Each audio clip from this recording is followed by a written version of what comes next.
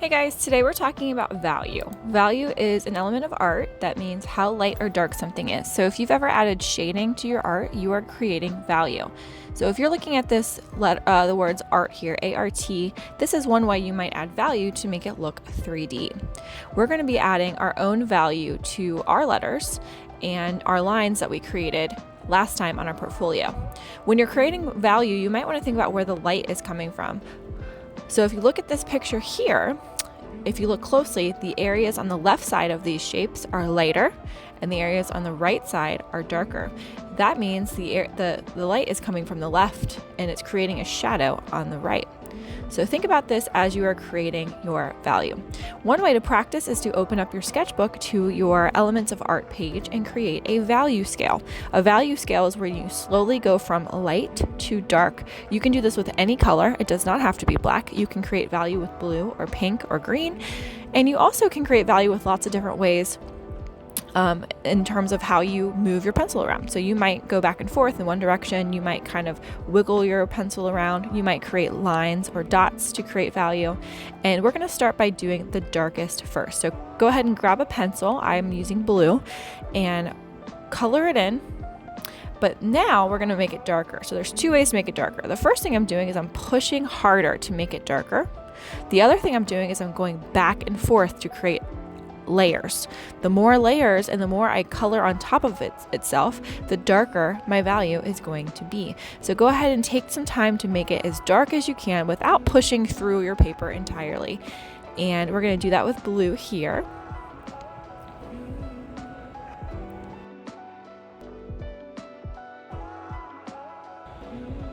Again, you don't have to go, you don't have to color a certain way, but I like to go in one direction and then fill in any gaps that I have.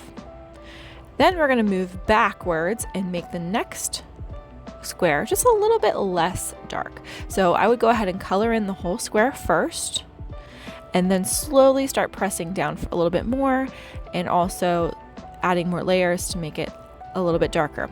It's a lot easier to start lighter and go darker than it is to go lighter after you've already gotten it dark, because you have to try to erase it. It's kind of a pain in the butt. So you want to start slow by making it kind of light and then make it a little bit darker as you go. All right, now we are in the center, so we're going to make a medium value, so something that's not too light, not too dark. But a better way to kind of get a gauge for how dark this middle one should be is to go back to the lightest value and make that as light as you possibly can, and then slowly move up back forward towards the middle. So now the second one is a little bit lighter than the first, and now I know that the middle one needs to be a little bit darker than that second one, so it fits in between.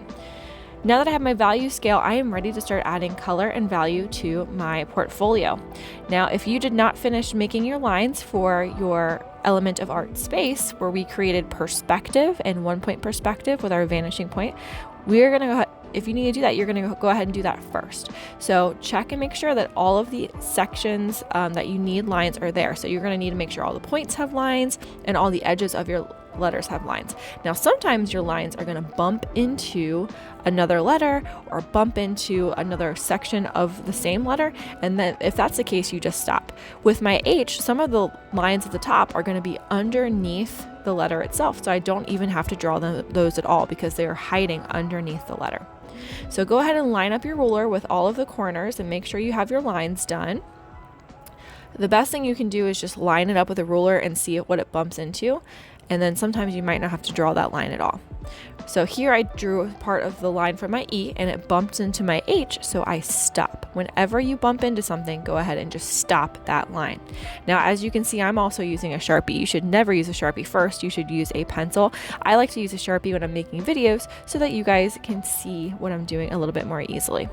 So let's go ahead and finish up our T's and watch closely as I make the line and stop.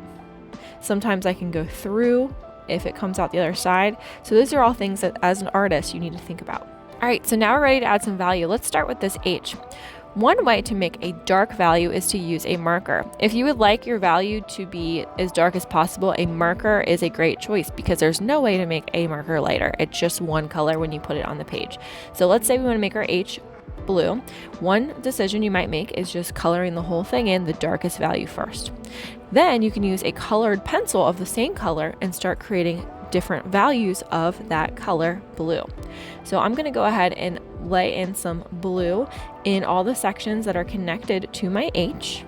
And when it's closer or in the crevice, I might make it darker. So like, for example, in between this hole that's kind of created with the inside of my H, that area is going to be darker because the light does not get into that area as easily.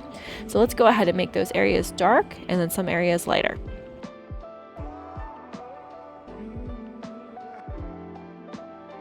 Each letter you create should have the same color with the lines that are attached to it. That way you can kind of see the difference and make sense of which lines are connected to which letter. So in my finished example, I used lots of different colors, each one for a different letter. So you might decide to do the same. It's up to you. You can come up with your own color scheme. However you do it is your choice, but take your time and see how many different kinds of values you can create today. Today, when you guys are coloring, you're going to use your coloring bins. Each table has their own coloring bin. Make sure you try to keep it organized for me. We've got a section on the front that is just regular Crayola markers of every color of the color wheel, and we have gray and pink. In this middle section, we have our Mr. Sketch markers, which are good for creating thicker, bigger areas because the tips are bigger. And then lastly, we have the last bucket has our funky colors. So these are like tertiary colors like reddish green or reddish orange, yellowish green. All the funky colors go separately. Lastly, we also have our colored pencils, which are all sharpened and have all the colors that you might need there as well. So make sure when you're finished coloring today, you put those back the way you found them. Thank you so much, 4th grade. You can do it.